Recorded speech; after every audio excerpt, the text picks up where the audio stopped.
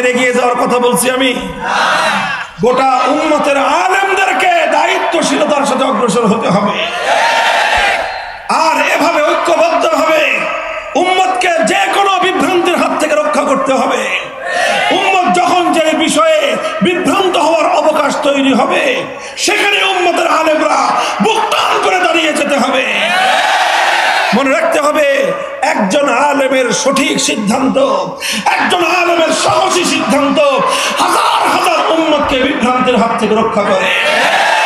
আর একজন আলেমের আপোষকামিতা, একজন আলেমের স্বার্থবাদিতা, যদি কেউ নিজের ব্যক্তি স্বার্থ নিয়ে চিন্তা করো, একজন আলেমের বিপদগামিতা, জাল্লাতুল আলিমি জাল্লাতুল আলম, এক আলেম যখন বিপদগামী হয়, তাকে দেখে শত সহস্র সাধারণ মানুষ বিভ্রান্ত হয়ে যায়।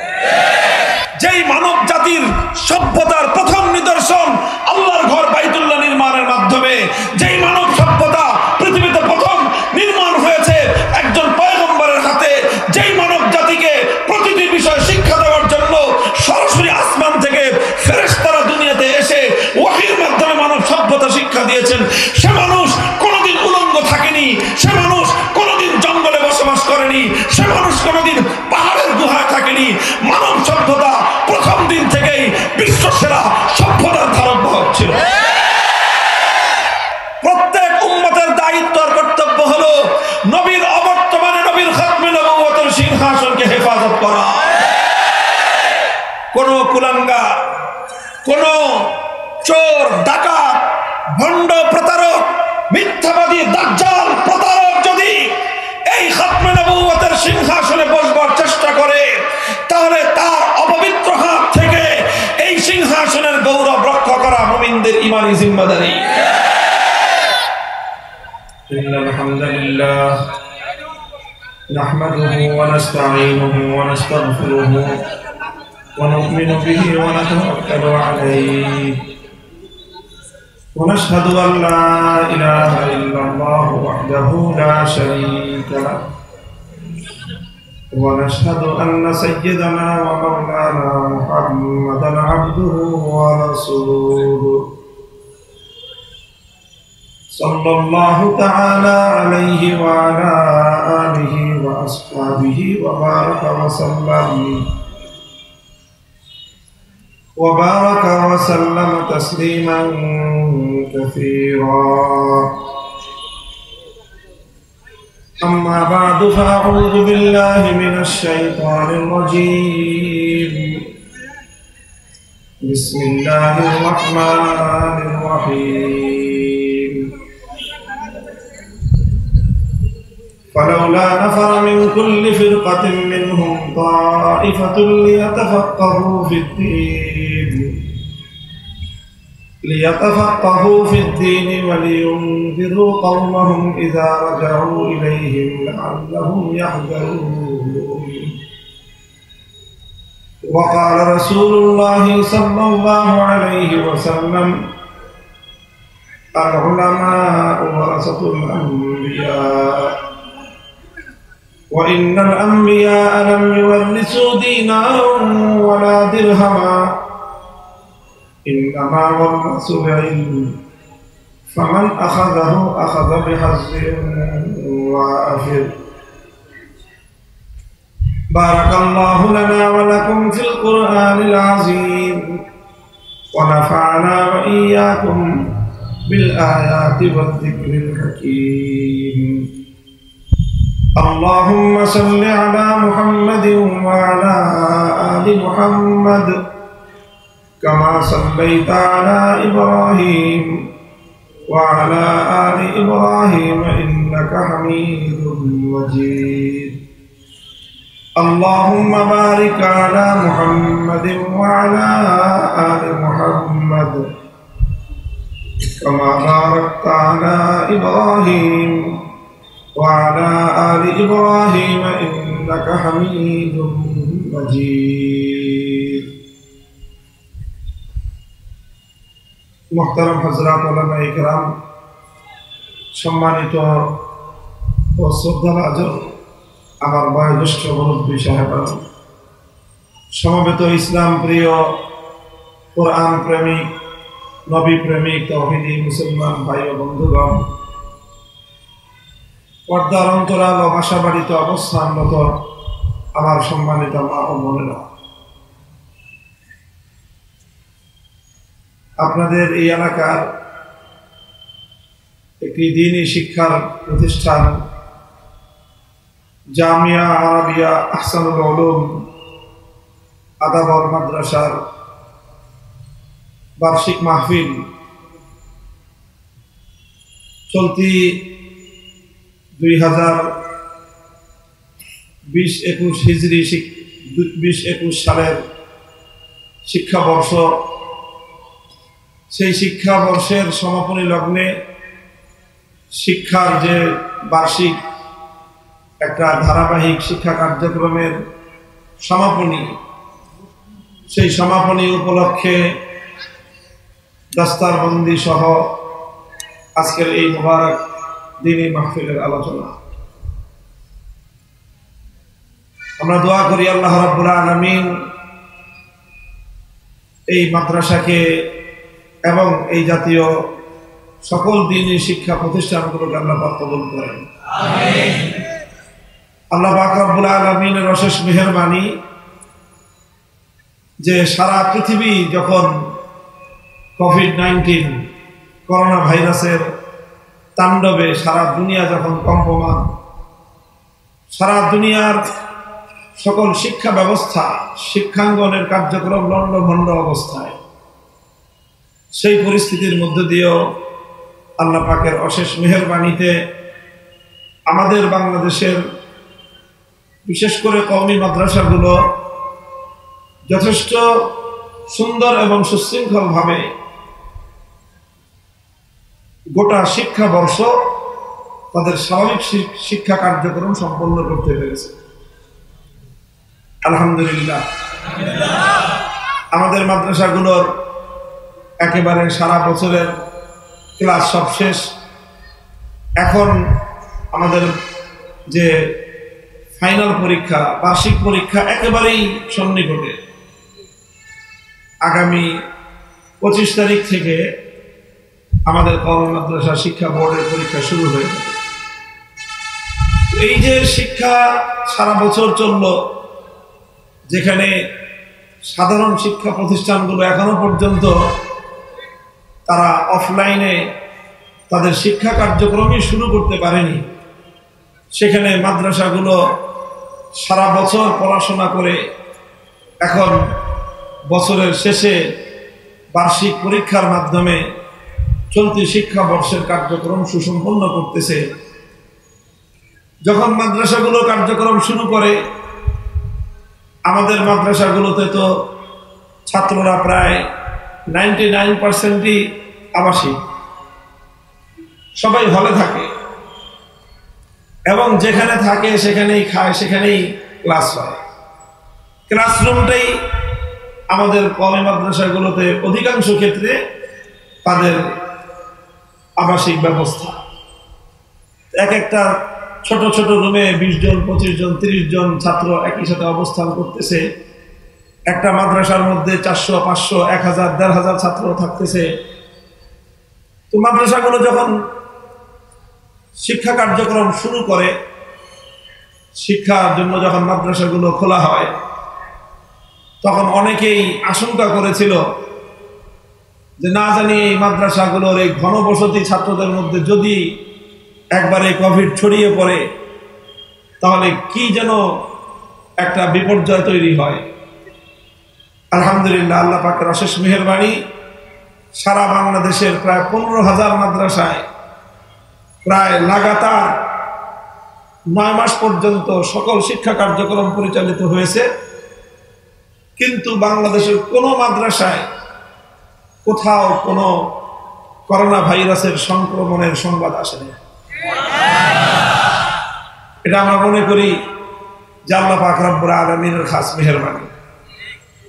এবং এই শিক্ষাবর্ষ যেখানে অন্যান্য শিক্ষার্থীরা তাদেরকে অটো পাস করতে হচ্ছে, আমাদের মাদ্রাসায় আলহামদুলিল্লাহ অটো পাস হচ্ছে না। গত বছর মার্চে ফাইনাল পরীক্ষা ছিল আমাদের, মার্চ এপ্রিলে। মার্চ এপ্রিলে আমাদের ফাইনাল পরীক্ষা ছিল। তো ভাইরাসের সংক্রমণ তো শুরু হলো মার্চের শেষ দিক থেকে, ব্যাপকভাবে লকডাউন শুরু হয়ে গেল, যার কারণে পরীক্ষা স্থগিত ছিল। পরীক্ষা স্থগিত থাকার পর এবছর আবার যখন নাকি লকডাউন শেষ হয়েছে, সেই পরীক্ষা সুসম্পন্ন হয়ে সেই পরীক্ষার রেজাল্টের মাধ্যমে যারা পাস করেছে পাস, যারা ফেল করেছে ফেল। আলহামদুলিল্লাহ, কোনো অটো পাস করতে হয়নি আমাদের মাদ্রাসার কোনো একজন শিক্ষার্থীকে। এটাও আল্লাহ পাকের অশেষ মেহেরবানি। এবং এক্ষেত্রে বলতে হয় রাষ্ট্র এবং প্রশাসন যন্ত্র তারাও একটা বিষয়কে আস্থা রেখেছেন, সেটা হলো যে কোরআনের শিক্ষার প্রতিষ্ঠানগুলো যদি চলে তাহলে এর বরকতে আল্লাহ পাক রব্বুল আলামিন দেশকে নিরাপদে রাখবে। আমাদের সাথে যতজনের আলোচনা হয়েছে, রাষ্ট্রীয় প্রশাসনিক ঊর্ধ্বতন মহলের সাথে যখন প্রথম দিকে এই বিষয়গুলো নিয়ে আমরা আলোচনা করেছি, আমরাও এই কথাটাই বোঝানোর চেষ্টা করেছি যে দুনিয়ার সামগ্রিক হিসাবের বাইরে কোরআনী শিক্ষার হিসাবটাকে একটু আলাদা করে হিসাব করতে হবে। তারা আমাদের কথায় আস্থা রেখেছিলেন, আল্লাহ পাক রব্বুল আলামিন সে আস্থার প্রতিদান দিয়েছে। বাংলাদেশ করোনা ভাইরাস সহ এই ধরনের সংক্রমণ থেকে, যেখানে আমাদের পার্শ্ববর্তী ভারতেও কিন্তু সংক্রমণের হার অনেক বেশি, সেই তুলনায় বাংলাদেশ অনেক বেশি ঘনবসতি হওয়া সত্ত্বেও স্বাস্থ্য সেবা, স্বাস্থ্য সচেতনতা সেই তুলনায় বেশি না, অথচ সংক্রমণের হার আমাদের দেশে অনেক কম। আল্লাহ পাকের অশেষ মেহেরবানি। আল্লাহ পাক রব্বুল আলামিনের দরবারে আমরা শুকরগুজারি করি, ফালিল্লাহিল হামদু আলা যালিক। মুহতারাম হাজিরিন, আমি আপনাদের সম্মুখে সুদীর্ঘ আলোচনা করতে পারবো না, সংক্ষেপে অল্প কয়েকটি কথা আমি আপনাদের সম্মুখে আরজ করার চেষ্টা করব। আমাদের আজকের এই অনুষ্ঠান, এটি আমাদের দেশের একটি কওমি মাদ্রাসা, আহসানুল উলুম মাদ্রাসা। এই মাদ্রাসার যারা ফারেগিন, অর্থাৎ যারা আমাদের স্বাভাবিক মাদ্রাসা থেকে গ্রাজুয়েশন কমপ্লিট করে স্বাভাবিক শিক্ষা পর্যায়টা সুসম্পন্ন করতেছে, এরপরে কেউ হয়তো ডক্টরেট লেভেলের উচ্চশিক্ষা, এমফিল, গবেষণামূলক ওই লেভেলের পড়াশোনা হয়তো অনেকে করবে, আর বাকিরা তারা তাদের এই শিক্ষা কার্যক্রম সম্পন্ন করার পর শিক্ষা জীবন শেষে তারা এখন কর্মের ময়দানে পদার্পণ করবে। তো এই যে প্রায় 20 জন আলেমে দ্বীন তারা শিক্ষা জীবন সম্পন্ন করে কর্মের ময়দানে অগ্রসর হচ্ছে, এটা একটা সুন্দর উপলক্ষ যে আমরা আমাদের 20 জন গ্রাজুয়েটকে জাতির সামনে উপস্থাপন করছি এবং তাদেরকেও আমরা প্রেরণা এবং সাহস যোগাচ্ছি যে তোমরা সামনে অগ্রসর হও, দেশ এবং জাতির হাল তোমাদেরকেই ধারণ করতে হবে। জাতির হাল উলামায়ে কেরামকে ধারণ করতে হবে। এই কথা জাতি যত তাড়াতাড়ি বুঝবে এবং উলামায়ে কেরাম আলেমদের বুকে সেই হিম্মত যত তাড়াতাড়ি সৃষ্টি হবে, দেশ এবং জাতির কল্যাণ তত দ্রুত হবে। মুহতারাম হাজিরিন, হযরত রাসূল আকরাম সাল্লাল্লাহু আলাইহি ওয়াসাল্লাম ইরশাদ করেছেন, সহিহ বুখারী, মুসলিম শরীফ সহ অনেক হাদিসের কিতাবের মধ্যে হাদিসটি উদ্ধৃত হয়েছে। আল্লাহর নবী বলেন, ইন্না বানি ইসরাঈলা কানাত তাসুসুহুমুল আমবিয়া কুল্লামা হালাকা নাবিয়্যুন খালাফাহু আখার ওয়া লা নাবিয়্যা বাদি। নবীজি বলেন যে আমাদের পূর্বে বনি ইসরাইলের মধ্যে নবুয়তের ধারা চলমান ছিল। হাজার হাজার বছর পর্যন্ত বনি ইসরাইল থেকে নবী আসতেন এবং সেই নবীগণ, পয়গম্বরগণ তারাই জাতির নেতৃত্ব দিতেন, তারাই জাতিকে পরিচালনা করতেন। কুল্লামা হালাকা নাবিয়্যুন খালাফাহু আখার নবী যখন বিদায় নিতেন তার অব্যবহিত পরেই বিলম্ব ছাড়াই দ্রুতই আরেকজন নবী তার স্থলাভিষিক্ত হয়ে যেতেন এবং তিনি আবার নেতৃত্বের দায়িত্ব নিজের হাতে তুলে নিতেন। এভাবেই হাজার হাজার বছর পর্যন্ত আল্লাহ রাব্বুল আলামিন বিশ্ব সভ্যতা বিনির্মাণ করেছেন। হাজার হাজার বছর পর্যন্ত বিশ্ববাসীকে নেতৃত্ব দিয়েছেন নবীগণ। কাজেই এ কথা দ্ব্যর্থহীনভাবে বলা যায়, বিশ্ব সভ্যতা বিনির্মাণে যাদের অবদান সবচেয়ে বেশি তারা হলেন আম্বিয়া আলাইহিমুস সালাম।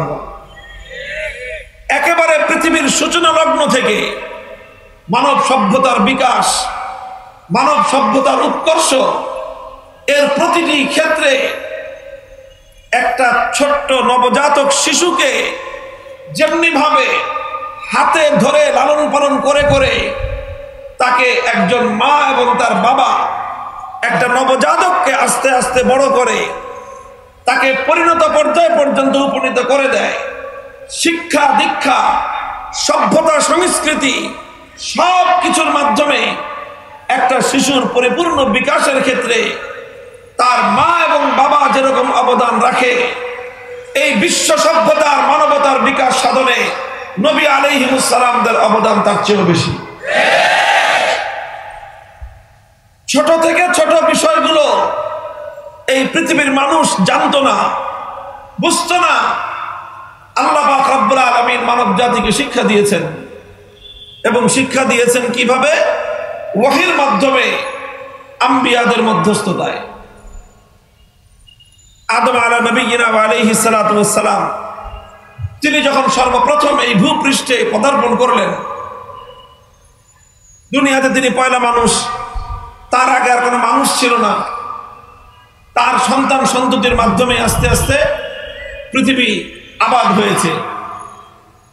তো আদম আলাইহিস সালামের সন্তানরা যখন পৃথিবীতে আস্তে আস্তে আবাদ হতে আরম্ভ করলো, তাদের সামনে পৃথিবীর এক একটা সংকট, এক একটা সমস্যা উদ্ভব হতে লাগলো। যখন সমস্যা আসলো, প্রতিটি সমস্যার সমাধান কোথায়? সেই সমাধান আল্লাহ পাক রব্বুল আলামিন ওহীর মাধ্যমে মানব জাতির সামনে পেশ করেছেন। এই জন্য ইলমে ওহীর যে আলোচনা, ইলমে ওহীর যে অবদান বিশ্ব সভ্যতা বিনির্মাণে, সেই আলোচনায় আমরা শাস্ত্রীয় আলোচনায় কথা পড়ি যে পৃথিবীর উষালগ্নে মানুষের দৈনন্দিন জীবন নির্বাহের ক্ষেত্রে যেই সকল কার্যকলাপগুলো পরিচালনা করা প্রয়োজন ছিল, সেই কাজগুলো আল্লাহ রাব্বুল আলামিন নবীদের মাধ্যমে মানুষকে শিক্ষা দিয়েছেন। যেমন ধরেন, পৃথিবীতে মানুষের জীবন যাপন করার জন্য একেবারেই ফান্ডামেন্টাল যে প্রয়োজনগুলো, নিডসগুলো মানুষের পূরণ করতে হয়, তার মধ্যে একটা হলো বাসস্থান, থাকার জায়গা। এর চেয়েও মৌলিক হলো মানুষের খাদ্য।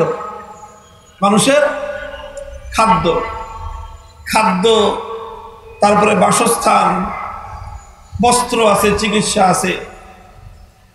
মানুষ যখন পৃথিবীতে প্রথম এলো, তো মানুষ কিভাবে এই পৃথিবীতে বসবাস করবে, ঘর বানাবে কিভাবে, মানুষ এই পৃথিবীতে বসবাস করবে কিভাবে, তাদের ক্ষুধার জ্বালা নিবারণ করবে কিভাবে, খাদ্য চাহিদা ফুলফিল হবে কিভাবে, এগুলো ছিল মানুষের একেবারেই মৌলিক প্রশ্ন। আমরা যদি পৃথিবীর ইতিহাস খুঁজে দেখি, যে প্রথম যারা এসেছিল একেবারে মানব সভ্যতার সূচনা লগ্নে, এই সকল মৌলিক প্রয়োজনগুলো পূরণ হয়েছিল কিভাবে? তখন তো কোনো বৈজ্ঞানিক ছিল না, বিজ্ঞানের বিকাশ ঘটেনি, মানুষ তো সবেমাত্র পৃথিবীতে এলো। তো এগুলোর সমাধান কিভাবে হয়েছিল? আমরা তো সচরাচর অনেক ধরনের দার্শনিক সূত্র, দার্শনিক তথ্য আমরা জানি। ডারউইনের এক তথ্য তো দুনিয়ার মানব জাতির জন্য যেটা এসেছে, যে মানুষ এক সময় এটা মানুষ ছিল না, এটা বন জঙ্গলে বানর হিসেবে ছোটাছুটি করত। তারপরে সেই বানর বাদলামি করতে করতে যখন চূড়ান্ত পর্যায়ে পৌঁছে গেল, তখন বিভিন্ন পাহাড় থেকে পাহাড়ে লাফালাফি করতে করতে, আর ওই লাফালাফি করার সময় পাহাড়ের পাথরের ঘষায় ঘষায় জঙ্গলের মধ্যে এক গাছের ডাল থেকে আরেক গাছের ডালে লাফালাফি করার সময় ওই গাছের ডালের ঘষায় ঘষায় এক সময় বানরের লেজটা খসে পড়ে গেছে। তারপরে বানর সোজা হয়ে মানুষ হয়ে গেছে। এই যে একটা দর্শন, যে মানুষ কিভাবে তৈরি হলো, তারপরে মানুষ কিভাবে তার প্রাথমিক চাহিদাগুলো পূরণ করলো, আমরা আমাদের জাতীয় শিক্ষা বোর্ডের শিক্ষাক্রমের যেই সকল বই পুস্তক আছে, সেখানে আমরা ক্লাস 6-7 এই সমস্ত বইয়ের মধ্যে আরো নিচে থেকে 4-5 আদিম যুগের মানুষ কিভাবে জীবন জীবিকা নির্বাহ করত, এই ধরনের অনেক গল্প আমাদেরকে সেখানে পড়ানো হয়। আর সেই গল্পগুলোর মধ্যে এখনো আমার চোখে ছবি ভাসে। আমাদের সময়ে এমন কিছু বইপত্র ছিল যেখানে ছবি দেখানো হচ্ছে যে আদিম যুগের মানুষ অনেকটা জঙ্গলের প্রাণীর মতো, জঙ্গলি মানুষ, তাদের চুল বড় বড়, শরীরে কোনো পোশাক পরিচ্ছদ নাই, সব ন্যাংরা, এই সমস্ত প্রাণীকুলের মতো, জীবজন্তুদের মতো। এরপরে এরা পাথর নিয়ে সামনে বসে আছে। এই জাতীয় নানা ধরনের এরকম একটা চিত্র আমাদের সামনে তুলে ধরা হয়, যে মানুষের জীবনটা কেমন ছিল। যে মানুষ এই এখন যেরকম বন জঙ্গলে শিম্পাঞ্জি, বান্দর, বন মানুষ, এরা যেই ধরনের বন জঙ্গলে জীবন যাপন করে, আমাদেরকে একটু ধারণা দেওয়া হয় যে আদিম যুগে মানুষ এমন ছিল, মানুষের সভ্যতাটা এমন ছিল। কি বলেন? এটাই কিন্তু সাধারণত মানব সভ্যতার আদি ইতিহাস সম্পর্কে স্বাভাবিকভাবে মানুষের এরকমই একটা ধারণা যে আদিম যুগে মানুষ জঙ্গলে থাকতো, মানুষের কোনো ঘর দুয়ার ছিল না, সেই বন জঙ্গলে মানুষের কোনো কাপড় চোপড় পোশাক পরিচ্ছদ ছিল না, আর মানুষ এইভাবে জঙ্গলি একটা জীবন যাপন করত। এই ধারণা, এটা কোরআনিক কনসেপ্টের সম্পূর্ণ বরখেলাফ এবং সম্পূর্ণ বিপরীত। কোরআন কি বলে? আদিম যুগে জঙ্গলি কোন সভ্যতা মানুষের জীবনে কোনোদিনই ছিল না। কারণ সর্বপ্রথম যে মানুষটা পৃথিবীতে এসেছে, সে মানুষ কোনো অশিক্ষিত মানুষ ছিল না, সে মানুষ কোনো অসভ্য মানুষ ছিল না, সে মানুষ কোনো জঙ্গলি মানুষ ছিল না। সেই মানুষটা পৃথিবীর সভ্যতা অন্যতম একজন বড় কারিগর ছিলেন, সভ্যতা বিনির্মাণের একজন রূপকার ছিলেন। তিনি তো সেই মানুষ ছিলেন যেই মানুষ আল্লাহ রাব্বুল আলামিন নিজ হাতে সৃষ্টি করে জান্নাতে তাকে বসবাস করার সুযোগ দিয়েছেন, এবং জান্নাতে থেকেই তিনি শিক্ষা গ্রহণ করেছিলেন যে মানুষের আব্রু ইজ্জত রক্ষা করা, মানুষের পোশাক পরিচ্ছদের মাধ্যমে নিজের লজ্জাস্থানকে আবৃত করে রাখা, এটাই হলো মানব সভ্যতা। উলঙ্গ থাকা কোনোদিন মানব সভ্যতা হতে পারে না। ফাতাফিকা ইয়াখসিফানি আলাইহিমা মিন ওয়ারাকিল জান্নাহ, ফাতাফিকা ইয়াখসিফানি আলাইহিমা মিন ওয়ারাকিল জান্নাহ। যখন ইবলিস ষড়যন্ত্রের মাধ্যমে, ধোঁকা এবং প্রতারণার মাধ্যমে আমাদের বাবা হযরত আদম আলাইহিস সালাম, আদি মাতা হাওয়া আলাইহিস সালাম, ওনাদেরকে যখন নিষিদ্ধ ফল যে কোনো ভাবেই ধোঁকা দিয়ে, আল্লাহর নামে শপথ করে, প্রতারণার জালে আবদ্ধ করে ওনাদেরকে এই ফল খাওয়ায় দিল, ফলাফলে ওনাদের শরীর থেকে পোশাক পরিচ্ছদ গুলো খসে পড়তে আরম্ভ করলো। যখন ওনাদের শরীর থেকে পোশাক খসে পড়তে আরম্ভ করে, তখন ওনাদের অনুভূতিটা কেমন ছিল?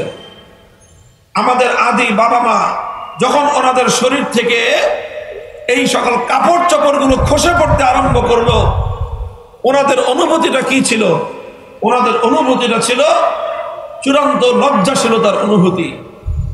আজ এই একবিংশ শতাব্দীর সভ্য সমাজে একজন সভ্য ভদ্র, একজন লজ্জাবতী নারী এবং একজন লজ্জা এবং হায়া সম্পন্ন একজন পুরুষ যেরকম যতটা লজ্জা অনুভব করে, আদম এবং হাওয়া আলাইহিস সালামের লজ্জা অনুভব তার চেয়ে বেশি ছিল। যেই মুহূর্তে ওনাদের শরীর থেকে কাপড় খসে পড়তে আরম্ভ করলো, এক মুহূর্ত বিলম্ব করেননি ওনারা অন্য কোনো পদক্ষেপ নেওয়ার আগেই কেন খসে পড়তেছে, কি হবে এর পরিণাম, ভবিষ্যতে কিভাবে এ থেকে পরিত্রাণ পাওয়া যাবে, এগুলো সব ছিল ওনাদের দীর্ঘমেয়াদী চিন্তা। কিন্তু সঙ্গে সঙ্গে যে পদক্ষেপটা ওনারা নিয়েছেন, একদিক থেকে কাপড় খসে পড়তেছে, সঙ্গে সঙ্গে জান্নাতের গাছ থেকে বড় বড় পাতাগুলো ছিঁড়ে ছিঁড়ে সম্মানিত সৃষ্টি হিসেবে দুনিয়াতে পদার্পণ করেছে। দুনিয়াতে আসার পর ইন্না আউওয়ালা বাইতুন উদিআ লিন-নাসি লাল্লাযী বিবাক্কাতা মুবারাকান ওয়া হুদাল লিল আলামিন। ইন্না আউওয়ালা বাইতুন উদিআ লিন-নাসি লাল্লাযী বিবাক্কাতা মুবারাকান ওয়া হুদাল লিল আলামিন। মানুষ যখন দুনিয়াতে পদার্পণ করলো, কিভাবে মানুষ বসবাস করবে, বসবাস করার জন্য মানুষের কি আয়োজন হবে, এটা ছিল সর্বপ্রথম প্রশ্ন। ও দুনিয়ার মানুষ, তোমরা যারা মনে করো যে আদিম যুগে মানুষ জঙ্গলে থাকতো, আল্লাহর কোরআনের তথ্য তোমাদের এই কনসেপ্টকে সমর্থন করে না, বরং কোরআনের দর্শন থেকে, কোরআনের তথ্য থেকে আমরা এই কথার স্পষ্ট ইঙ্গিত পাই। আল্লাহ পাক রব্বুল আলামিন যখন আদম আলাইহিস সালামকে দুনিয়াতে পাঠিয়েছিলেন, দুনিয়াতে মানুষ কিভাবে বসবাস করবে, মানুষের আবাস স্থল কেমন হবে, ওটা শিক্ষা দেওয়ার জন্য আদম আলাইহিস সালামের সময় আল্লাহ পাক আসমান থেকে ফেরেশতা পাঠিয়ে দিয়ে ঘর নির্মাণের শিল্প আল্লাহ পাক রব্বুল আলামিন মানব জাতিকে শিক্ষা দিয়েছিলেন। আর্কিটেকচারাল ইঞ্জিনিয়ারিং, এটা আল্লাহ রাব্বুল আলামিন ফেরেশতার মাধ্যমে মানুষকে শিক্ষা দিয়েছেন। এবং সর্বপ্রথম যেই ঘর এই ভূপৃষ্ঠে নির্মিত হয়েছে, আদম আলাইহিস সালামের যুগেই সেই ঘর নির্মিত হয়েছিল, সেটা হলো পবিত্র বাইতুল্লাহ শরীফ। বাইতুল্লাহ এটা সর্বপ্রথম ঘর, এবং সেটা হযরত আদম আলাইহিস সালামের যুগেই নির্মিত বলে মুফাসসিরিনে কেরামদের মতামত। তাহলে কি বোঝা গেল? দুনিয়ার মানুষ জঙ্গলে ছিল না, দুনিয়ার মানুষ পাহাড়ের গুহায় থাকতো, বাজে কথা। পাহাড়ের গুহায় মানুষ থাকতো না। হ্যাঁ, সভ্যতা উৎকর্ষ সাধন করতে করতে মানুষ আর্কিটেকচারাল ইঞ্জিনিয়ারিং এর মধ্যে এতটাই দক্ষতা অর্জন করেছিল যে মানুষ পাহাড়ের পাথর কেটে কেটে ঘর নির্মাণ করার শৈলী মানুষ রপ্ত করেছিল। ওইটা পাহাড়ের গুহায় থাকে না। মানুষ যে পাহাড়ে থাকতো, ওটাকে আমরা পাহাড়ের গুহা বলতে যা বুঝি, এই গুহায় থাকা নয়, বরং বিশাল বিশাল পাহাড় কর্তন করে করে মানুষ বাড়ি ঘর বানাতো। এটাকে যদি আমি আজকের আধুনিক সভ্যতার সাথে কম্পেয়ার করে বুঝাই, এখন দেখেন আমরা যে আমাদের বাড়ি ঘরগুলো বানাই, উন্নত মানের যাদের বাড়ি ঘরের আসবাবপত্র ব্যবহার হয়, তাদের ফিটিংসটা উন্নত মানের হয়, তাই তো? উন্নত মানের ফিটিংস মানে কি বুঝি আমরা? টাইলস লাগাই তো। সাধারণ মানুষগণ মাটির ঘর বানায়, আরেকটু উন্নত হলে পাকা ঘর বানায়, আরেকটু উন্নত হলে পাকা দালান বানায়, আরেকটু উন্নত হলে পাকা দালানের সব কিছুর মেঝে দেয়াল সব কি ফিট করে? টাইলস ফিট করে। টাইলসের মধ্যেও সর্বাধুনিক এবং সর্বোচ্চ টাইলস যেটা ফিটিং হয় টাইলস জাতীয়র মধ্যে, সেটা হলো পাথর ব্যবহার হয়। কি ব্যবহার হয়? টাইলসের স্কোয়ার ফিট যদি হয় 100 টাকা, 50 টাকা পাথর, মার্বেল পাথর সহ যেই সকল পাথরগুলো এখন আমাদের টাইলসের হিসাবে ফ্লোরে, মেঝেতে অথবা দেয়ালে ব্যবহার হয়, 200 টাকা, 300 টাকা, 500, 1000 টাকা পর্যন্ত পাথরের টাইলসের স্কোয়ার ফিট, এগুলো মানুষের বাড়ি ঘরে ব্যবহার হয়। কথা বলেন? এই যে পাথরগুলো যে মানুষ ব্যবহার করছে, এই পাথর কি কৃত্রিম মানুষের তৈরি? কৃত্রিম মানুষের তৈরি তো টাইলস। টাইলসের দাম 50 টাকা হলে ন্যাচারাল যে পাথর, সেই পাথরগুলোকে মানুষ মেশিন দিয়ে কেটে কেটে সুন্দর এগুলোকে ব্যবহার করার উপযোগী করে নিয়ে আসতেছে। এই সমস্ত পাথরগুলো ন্যাচারাল পাথর। মানুষ সর্বোচ্চ সেটার মধ্যে কিছু কালারিং করে, আর কিছুই করে না। মানুষের তৈরি কৃত্রিম টাইলসের তুলনায় ন্যাচারাল আল্লাহর তৈরি পাথরের দাম এখনো অনেক গুণ বেশি। এবং যাদের বাড়ি ঘর সর্বোচ্চ আধুনিক মানসম্মত উন্নত মানের, তাদের বাড়ি ঘরগুলোতে কৃত্রিম টাইলস ব্যবহার হয় না, বরং ন্যাচারাল স্টোন ব্যবহার করেন তারা। যে সমস্ত মসজিদগুলোতে একটু ভালো ভালো সম্পদ অর্থের যোগান আছে, সেই সমস্ত মসজিদের মেঝেতে টাইলস ব্যবহার করা হয় না, মার্বেল পাথর ব্যবহার করা হয়। কথা বলেন ঠিক না বেঠিক? কারণ টাইলসের চেয়ে মার্বেল পাথর অনেক আরামদায়ক, ঠান্ডা থাকে, অনেক টেকসই। টাইলস যতই উন্নতম দামি হোক না কেন, কিছুদিন পরের গ্লেজ নষ্ট হয়ে যায়, হাঁটতে হাঁটতে এর উপর থেকে এর যে মসৃণ ভাব এটা নষ্ট হয়ে যায়। কিন্তু ন্যাচারাল যে পাথরগুলো, এগুলো 100 বছর পর্যন্ত ঠিক এভাবেই থাকে। এটাকে আরেকবার ঘষা দিলে আবার নতুনের মতো চকচক করে। আপনি সাপোজ এটাই বুঝে নেন, আজকের বিজ্ঞানের চরম উন্নতির সময়ও ন্যাচারাল প্রসেসিং এর মাধ্যমে তৈরি টাইলসের তুলনায় আপনার কৃত্রিম টাইলসের তুলনায় ন্যাচারাল পাথরের যেরকম মানটা যত উন্নত, যেই যুগে মানুষ পাহাড়ে বসবাস করত মানে হলো তাদের গোটা বাড়ি ঘর আজকের আধুনিক যুগের মার্বেল এবং মরমর পাথর দ্বারা আচ্ছাদিত থাকতো। এই হলো পাহাড়ে থাকা। আমরা যা বুঝি যে ওই শিয়ালের মতো, ভাল্লুকের মতো পাহাড়ের গুহায় মানুষ থাকতো, ভুল কথা। মানুষ কোনোদিন এরকম শিয়াল শ্রীগালের মতো পাহাড়ের গুহায় গিয়ে থাকেনি। যেই মানব জাতির সভ্যতার প্রথম নিদর্শন আল্লাহর ঘর বাইতুল্লাহ নির্মাণের মাধ্যমে, যেই মানব সভ্যতা পৃথিবীতে প্রথম নির্মাণ হয়েছে একজন পয়গম্বরের হাতে, যেই মানব জাতিকে প্রতিটি বিষয় শিক্ষা দেওয়ার জন্য সরাসরি আসমান থেকে ফেরেশতারা দুনিয়াতে এসে ওহীর মাধ্যমে মানব সভ্যতা শিক্ষা দিয়েছেন, সে মানুষ কোনোদিন উলঙ্গ থাকেনি, সে মানুষ কোনোদিন জঙ্গলে বসবাস করেনি, সে মানুষ কোনোদিন পাহাড়ের গুহায় থাকেনি। মানব সভ্যতা প্রথম দিন থেকেই বিশ্বসেরা সভ্যতার ধারক বাহক ছিল। মুহতারাম হাজরিন, এই কথাটা আমি এজন্য বললাম যে এই যে কোরআনিক যে একটা ঐতিহাসিক সূত্র, এটার সাথে ইসলামের অনেক মৌলিক আকীদা এবং বিশ্বাসের সম্পর্ক আছে। আমি বলছিলাম হযরত রাসূল আকরাম সাল্লাল্লাহু আলাইহি ওয়াসাল্লামের হাদিসের উদ্ধৃতি থেকে, ইন্না বনি ইসরাঈল কানাত তাসুসুহুমুল আমবিয়া কুল্লামা হালাকা নাবিয়্যুন খালাফাহু আখার ওয়া লা নাবিয়্যা বাদি। আল্লাহর পয়গম্বর বলেছেন, আমার পূর্ব পর্যন্ত বিশ্ব সভ্যতার সিস্টেম এমনটাই ছিল, পদ্ধতি এমনটাই ছিল। আল্লাহ পাক রব্বুল আলামিনের পক্ষ থেকে দুনিয়াতে নবীগণ আগমন করতেন, রাসূলগণ আগমন করতেন। সেই নবী এবং রাসূলদের হাতেই এই পৃথিবীর সভ্যতা নির্মাণ হয়েছে। বিশ্ব সভ্যতা পরিচালনা করতেন, জাতিকে নেতৃত্ব দিতেন। মানব সভ্যতাকে অগ্রসর করবার জন্য যারা সামনে থেকে ভূমিকা পালন করতেন তারা ছিলেন নবী রাসূল। একজন নবী যখন দুনিয়া থেকে বিদায় নিতেন, খালাফাহু আখার, আল্লাহর নবী বলতেছেন কোন ধরনের কাল বিলম্ব ছাড়া মানব জাতিকে আল্লাহ পাক রব্বুল আলামিন নেতৃত্বহীন রাখতেন না। সঙ্গে সঙ্গে আরেকজন নবী আল্লাহর পক্ষ থেকে প্রেরিত হতেন। নতুন নবী এসে পুরাতন নবীর জায়গায় তিনি আবার জাতির হাল ধরতেন, জাতিকে তিনি পরিচালনা করতেন। নবীজি বলেন, এই ধারা চলছে হাজার হাজার বছর ধরে। আস্তে আস্তে আমি হলাম আল্লাহর পয়গম্বর, আল্লাহর নবী হিসেবে এখন আমি হলাম উম্মতের নেতৃত্বের অধিকারী, আমি এই জাতির পরিচালক।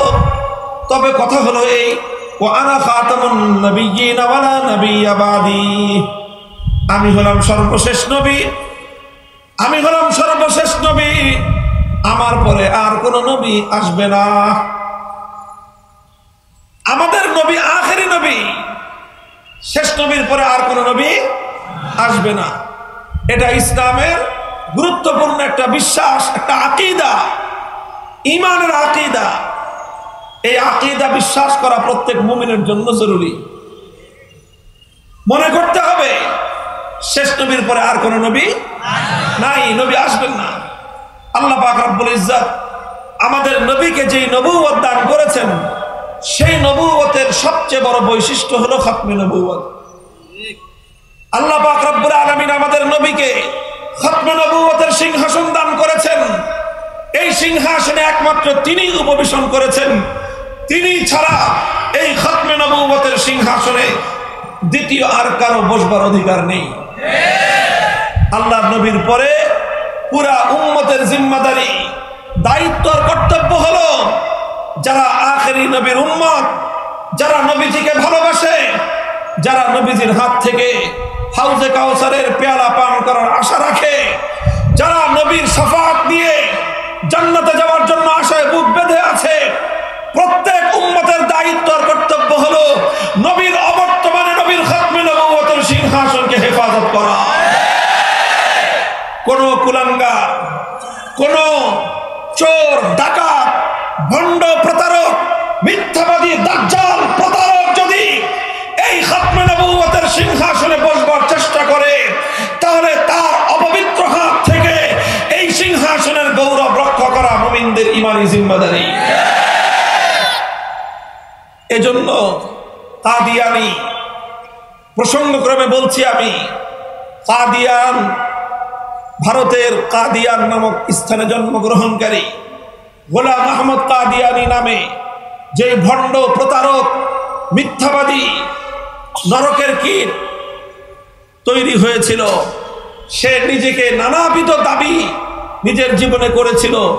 তার মধ্যে সবচেয়ে বড় ভয়ঙ্কর যেই দাবি সে করেছিল, সে নিজেকে নবী বলে দাবি করেছিল। আরো অনেক দাবি সে করেছে।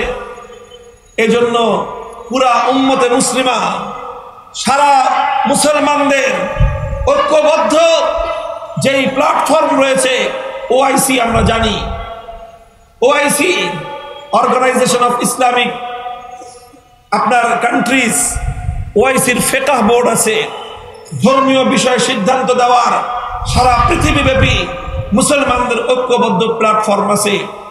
এই প্ল্যাটফর্মে 4 মাযহাবের ইসলামিক স্কলাররা আছেন। 4 মাযহাবের বাইরেও আহলে হাদিস, সালাফি, এই সকল থটের যারা স্কলার আছেন তারাও সেখানে অন্তর্ভুক্ত আছেন। এরপর তাদের সম্মিলিত সিদ্ধান্ত হলো, যারা কাদিয়ানের মতবাদে বিশ্বাস করে, যারা গোলাম আহমদকে অনুসরণ করে, তারা অমুসলিম এবং কাফের। সন্দেহের কোনো অবকাশ নেই, কারণ তারা খাতমে নবুয়তের অস্বীকারী। এখন কাদিয়ানীরা নতুন ধোঁকাবাজি আর প্রতারণা করে। একটা প্রতারণা করে হলো এই, তারা নিজেদের নাম রেখেছে আহমদিয়া মুসলিম জামাত। কি নাম রেখেছে? আহমদিয়া মুসলিম জামাত। তো আহমদিয়া নাম বললেই ধর্মপ্রাণ সাধারণ মুসলমানদেরকে ধোঁকা দেওয়া সহজ হয়। কয় ভাই দেখো, তো আমরাও তো আহমদ, মুহাম্মদ আমাদের নবীর নাম, আমরা তো সেই নবীর আহমদিয়া নবীর অনুসারী হিসাবে আমরা কাজ করতেছি। এটা তারা বোঝাবার চেষ্টা করে। আসলে তাদের যে আহমদিয়া মুসলিম জামাত, এই আহমদ নবী মুহাম্মদ রাসূল সাল্লাল্লাহু আলাইহি ওয়াসাল্লাম নন। এই আহমদিয়া হলো গোলাম আহমদের আহমদিয়া। আর মুসলিম নামটা ব্যবহার করে আমাদেরকে ধোঁকা দিয়ে কাদিয়ানি বানাবার জন্য। এটা হলো তাদের একটা ধোঁকাবাজি। আর একটা ধোঁকাবাজি হলো তারা ইদানিং যেটা বলে যে আমরা তো গোলাম আহমদ সাহেবকে মসিহে মাউউদ বলি, মাহদিয়ে মাউউদ বলি। তারা বলে যে তিনি হলেন ইমাম মাহদি। আমরা তো বলে, এখন তারা ইদানিং বলতেছে, অনেক জায়গায় বলে যে না, আমরা তো ওনাকে নবী মানি না, আমরা ওনাকে মাহদি মানি। মুহতারাম হাজরিন, এটা তাদের প্রতারণার একটা কৌশল। অথচ এই ব্যক্তি গোলাম আহমদ তার বিভিন্ন লেখালেখির মধ্যে, তার বিভিন্ন কিতাবাদির মধ্যে স্পষ্ট ভাষায় সে যেই সকল দাবিগুলো করেছে, সে কখনো নিজেকে ইমাম মাহদি হিসেবে দাবি করেছে, কখনো নিজেকে মসিহ মাউউদ, আল্লাহর পক্ষ থেকে কিয়ামতের আগে আবার আসমান থেকে হযরত ঈসা আলাইহিস সালাম অবতীর্ণ হবেন, সে নিজেকে সেই মসিহে মাউদ বলে দাবি করেছে এবং সে নিজেকে নবী হিসেবেও দাবি করেছে। অনেক বর্ণনার মধ্যে এগুলো কোট করা আমাদের কাছে তার সমস্ত ডকুমেন্টগুলো সংরক্ষিত আছে। পরবর্তীতে এই কাদিয়ানীরা ওই সকল কিতাবগুলো থেকে যেখানে সে প্রত্যক্ষভাবে নিজেকে নবী বলে দাবি করেছিল সেই জায়গাগুলোকে একটু মডিফাই করেছে। মডিফাই করে এখন যেন মুসলমানদেরকে ধোঁকা দেওয়াটা সহজ হয় এই জন্য তারা ওটাকে পরিবর্তন করেছে। কিন্তু এ কথা শতভাগ নিশ্চিতভাবে প্রমাণিত যে মির্জা গোলাম আহমদ কাদিয়ানী নিজেকে নবী বলে দাবি করেছিল। আল্লাহর আখিরি নবীর পরে কোন ব্যক্তি যদি নিজেকে নবী বলে দাবি করে সে যেরকম নিশ্চিতভাবে বেঈমান, যারা যারা তাকে বেঈমান বিশ্বাস না করবে তারাও বেঈমান। কাজী গোলাম আহমদ কাদিয়ানীকে যদি কেউ ইমাম মাহদী বিশ্বাস করে, ইমাম মাহদী মানে হলো আল্লাহর পক্ষ থেকে নির্বাচিত একজন মহান মানব, আল্লাহর অনেক নৈকট্যপ্রাপ্ত মুসলিম জাতির নেতা, মুসলিম জাতির ইমাম। তো যেই ব্যক্তি নিজেকে আখিরি নবীর পরে নবী বলে দাবি করলো তাকে মুমিন বিশ্বাস করলো ইমান থাকবে না, তাকে ইমাম মাহদী বিশ্বাস করলে তো ইমান থাকার প্রশ্নই আসে না।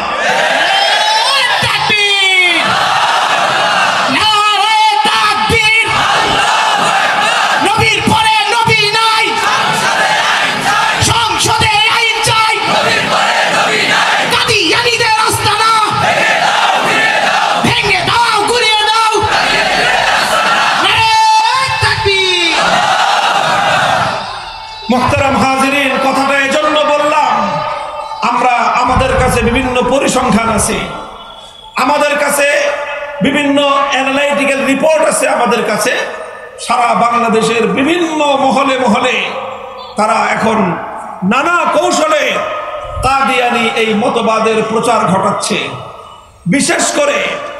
বিশেষ করে আমাদের দেশে যেটাকে আমরা হাই সোসাইটি বলি, সমাজের শিক্ষিত অনেক আপার লেভেল যাদেরকে বলি, অনেক টাকা পয়সাওয়ালা, অনেক আপনার উচ্চ শিক্ষিত ওই মহলটার মধ্যে তারা আধুনিক বিভিন্ন প্রযুক্তির ব্যবহার করে নানা ধরনের চমকপ্রদ অনেক দাওয়াতি কর্মকৌশল ব্যবহার করার মাধ্যমে শিক্ষিত সমাজের মধ্যে ব্যাপকভাবে তারা এই কাদিয়ানী মতবাদের সম্প্রচার ঘটাচ্ছে।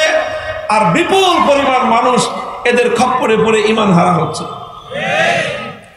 কাদিয়ানীদের মধ্যে কোনো গরিব মানুষ নেই, কোনো গরিব নেই, এদের সব বড় লোক। এবং যেই এদের দলে যোগ দেয় নানাভাবে তাকে অর্থনৈতিকভাবে সাপোর্ট দিয়ে, ব্যবসায়িকভাবে তাকে প্রতিষ্ঠিত করে দিয়ে তারা বেশ দুনিয়াতে অর্থনৈতিকভাবে তাদের ধর্মাবলম্বী যে কোনো ব্যক্তিকে তারা ইস্টাবলিশ করার জন্য সব রকম উদ্যোগ নিয়ে থাকে। এই জন্য এই ধোকায় পড়েও অনেক মানুষ, এই ধোকায় পড়ে সম্পদের লোভে, দুনিয়াতে প্রতিষ্ঠার লোভে অনেক সরল প্রাণ মানুষ কাদিয়ানী হয়ে যাচ্ছে। আল্লাহ পাক রব্বুল আলামিন আমাদের সকলকে হেফাজত করেন। আমি যে কথা বলতেছিলাম আবার সেখানে ফিরে আসি। এটা আমার মধ্যখানে ছোট্ট একটা প্রাসঙ্গিক কথা ছিল। আমি বলছিলাম আমাদের নবী বললেন 1000 বছর পর্যন্ত বিশ্ব সভ্যতাকে নেতৃত্ব দিয়েছেন নবীগণ, জাতিকে পরিচালনা করেছেন নবীগণ। এক নবী দুনিয়া থেকে চলে গেলে আল্লাহর পক্ষ থেকে আরেকজন নবী নির্ধারিত হতেন, তিনি আবার জাতির নেতৃত্বের দায়িত্ব নিজের কাঁধে তুলে নিতেন। তিনি পূর্ববর্তী নবীর স্থলাভিষিক্ত হয়ে আবার তিনি জাতিকে নেতৃত্ব দিয়ে সামনের দিকে অগ্রসর হতেন। এটাই ছিল 1000 বছরের আল্লাহ পাকের পক্ষ থেকে নির্ধারিত পদ্ধতি। এই পদ্ধতি চলতে চলতে আমি পর্যন্ত এসে পৌঁছেছি। নবীজি বলেন ওয়া আনা খাতামুন নবিয়্যিন, আর আমি হলাম সর্বশেষ নবী, আমার পরে পৃথিবীতে আর কোন নতুন নবী আসবে না।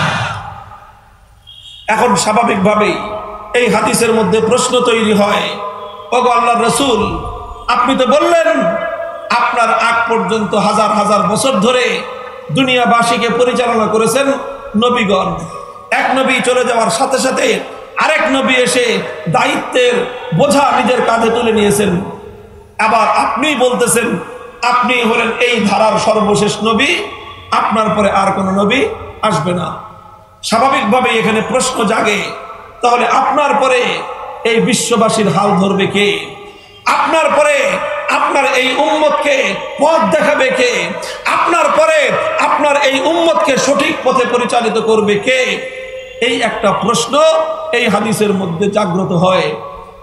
রাসূল আকরাম সাল্লাল্লাহু আলাইহি ওয়াসাল্লাম এই প্রশ্নের জবাব দেওয়ার জন্য আরেকটা হাদিস ইরশাদ করেছেন। সেই হাদিসটা আমাদের মধ্যে বহুল প্রচলিত সুপ্রসিদ্ধ হাদিস। আল্লাহর নবী বলেন, আল উলামা ওয়ারাসাতুল আম্বিয়া, আল উলামা ওয়ারাসাতুল আম্বিয়া ওয়া ইন্নাল আম্বিয়া লাম ইউওয়ারিসু দিনারাও ওয়ালা দিরহামা ইন্নামা ওয়ারাসুল ইলম ফামান আখাযাহু আখাযা বিহাজ্জিন ওয়াফির। আল্লাহর নবী বলেছেন, আমার মাধ্যমে নবুয়তের দুয়ার বন্ধ হয়ে যাচ্ছে, পৃথিবীতে কিয়ামত পর্যন্ত আর কোন নতুন নবী আসবে না। তবে এই যে শূন্যতা সৃষ্টি হচ্ছে, এই যে মানুষকে নেতৃত্ব দেওয়ার, মানুষকে পরিচালনা করার যে মহান জিম্মাদারি, এটা কে ধারণ করবে? এই যে একটা শূন্যতা তৈরি হলো, আল্লাহর নবী বলেন এই প্রশ্নের জবাব আর এই শূন্যতা পূরণের ব্যবস্থা হলো এই, আমার পরে আর কোন নতুন নবী না আসলে কি হবে? আমার পরে উম্মতের পক্ষ থেকে নবীদের নবুয়তের উত্তরাধিকারী হিসেবে উম্মতের আলেম সমাজ নবীদের জিম্মাদারি তারা পালন করবে। নতুন কোন নবী আসবে না, তবে আলেমগণ নবীদের উত্তরাধিকারী হবেন। নতুন কোন নবী আল্লাহ পাক রব্বুল আলামিন প্রেরণ করবেন না। তবে উম্মত এরা কোন দিশেহারা হবে না, উম্মত পথ হারা হবে না, উম্মত নেতৃত্ব শূন্য হবে না। কারণ কি? কারণ নবী না আসলে কি হবে? নবীদের জায়গায় উম্মতের হাল ধরবার মতো, উম্মতের দায়িত্ব নেয়ার মতো, উম্মতকে সঠিক পথ নির্দেশনা দেওয়ার মতো পয়গম্বরদের পক্ষ থেকে তাদের উত্তরাধিকারীগণ আলেম সমাজ এই দায়িত্বের বোঝা তারা নিজেদের কাঁধে তুলে নিবে। মুহতারাম হাজিরিন, হযরত শাইখুল হাদিস আল্লামা আজিজুল হক নব্বরাল্লাহু মারকাদাহু এই বাংলাদেশে জন্ম নেওয়া শতাব্দীর একজন শ্রেষ্ঠ সন্তান, হাদিস শাস্ত্রের কিংবদন্তি মহাপুরুষ বলা যায় যাকে। দীর্ঘ ৬০ বছর পর্যন্ত যিনি হাদিসের অধ্যাপনা করেছেন, সহিহ বুখারী শরীফকে যারা গভীর অধ্যবসায়ের মাধ্যমে এর মাহাত্ম্য অনুভব করতে পেরেছিলেন, আমাদের এই শতাব্দীর মধ্যে একজন শ্রেষ্ঠ ব্যক্তি ছিলেন শাইখুল হাদিস আল্লামা আজিজুল হক রহমতুল্লাহ আলাইহি। তিনি এই হাদিসের আলোচনা করতে গিয়ে বলতেন, এই যে আল্লাহর নবী যে বললেন আল উলামা ওয়ারাসাতুল আম্বিয়া, আলেমগণ হলেন নবীদের ওয়ারিস, আলেমগণ হলেন নবীদের উত্তরাধিকারী। এই হাদিসটিকে আমরা সাধারণত আলেমদের মর্যাদা আর আলেমদের ফজিলত বর্ণনার ক্ষেত্রে এই হাদিসটি আমরা আলোচনা করে থাকি। কিন্তু তিনি বলতেন যে না, এই হাদিসের মধ্যে আলেমদের মর্যাদার ফজিলতের কথা বর্ণনা করা হয়নি, বরং এই হাদিসের মধ্যে প্রকৃত অর্থে উম্মতের আলেম সমাজের দায়িত্ব এবং কর্তব্যের কথা আলোচনা করা হয়েছে। এই হাদিসের মধ্যে আল্লাহ রাসূল সাল্লাল্লাহু আলাইহি ওয়াসাল্লাম দুটি বার্তা দিয়েছেন, দুটি মেসেজ আল্লাহর নবী দিয়েছেন। আমি আমার আলোচনার শেষ লগ্নে এসে এই দুটি বার্তা আপনাদের সামনে ব্যাখ্যা করে আলোচনার রীতি টানব। আল্লাহর নবী এই হাদিসের মাধ্যমে উম্মতের দুইটি শ্রেণীর কাছে দুটি বার্তা রেখে গেছেন, উম্মতের দুটি শ্রেণীর কাছে দুটি মেসেজ দিয়েছেন। এক নম্বর বার্তা হলো যারা উম্মতের সাধারণ জনগণ, সাধারণ জনগণ অর্থ যারা গায়রে আলেম, যারা আলেম না, আমি তাদেরকে মিন করছি। আবার তাদেরকে সাধারণ জনগণ বলাতে প্লিজ কেউ মাইন্ড করবেন না, আমি একটা ক্লাসিফিকেশন করছি। যদি মানুষকে আমি, উম্মতকে যদি আমি ইলমের দিক থেকে দুই ভাগে ভাগ করি, এক ভাগ হলো যারা আলেম, আরেক ভাগ হলো যারা আলেম না। এই তো নাকি আপনি যে কোনো ভাবে মানুষকে তো ক্লাসিফিকেশন করতে পারেন, মানুষকে দুই ভাগে ভাগ করতে পারেন। তো ঠিক এরকম একটা বিভাজন যদি এভাবে করি যে উম্মতের মধ্যে দুটি শ্রেণী, একটা শ্রেণী হলো আলেম সমাজ, আরেক শ্রেণী হলো যারা আলেম না। আলেম না এর মধ্যে অশিক্ষিত মানুষও আছে, এর মধ্যে শিক্ষিত মানুষও আছে। এখন যারা শিক্ষিত, জাগতিক শিক্ষা অর্জন করেছেন, দুনিয়ার জ্ঞান বিজ্ঞান কলা কৌশল অনেক কিছু যারা শিখেছেন, তাদেরকে আলেম না এই কথা বলাতে তারা মাইন্ড করবেন না। কারণ এখানে আলেম শব্দকে আমি আক্ষরিক অর্থে নিচ্ছি না, এবং ইসলাম আলেম শব্দটাকে আক্ষরিক অর্থে নেয়নি। ইসলাম আলেম শব্দকে একটি পারিভাষিক অর্থে নিয়েছে, এবং সেই পারিভাষিক অর্থটা কি? সেই পারিভাষিক অর্থ হলো শুধুমাত্র নলেজ আর কিছু শিক্ষা থাকলে একজন মানুষকে আলেম বলা হয় না। পারিভাষিক অর্থে একজন আলেম বলা হয় তাকে যার নিকট কোরআন এবং হাদিস ভিত্তিক আসমানি ওহীর ইলম একটা মিনিমাম লেভেলের থাকে, তাকেই কেবল আলেম বলা যায়। হ্যাঁ, জাগতিক অনেক শিক্ষা আছে যেটা ওহী ভিত্তিক শিক্ষা নয়, যেটা আল্লাহর কোরআন এবং নবীর সুন্নাহ ভিত্তিক শিক্ষা নয়। ওই শিক্ষাতে অনেক মানুষ হায়ার এডুকেটেড হতে পারে, এটা আমার এই কথার সাথে ডিফার করে না।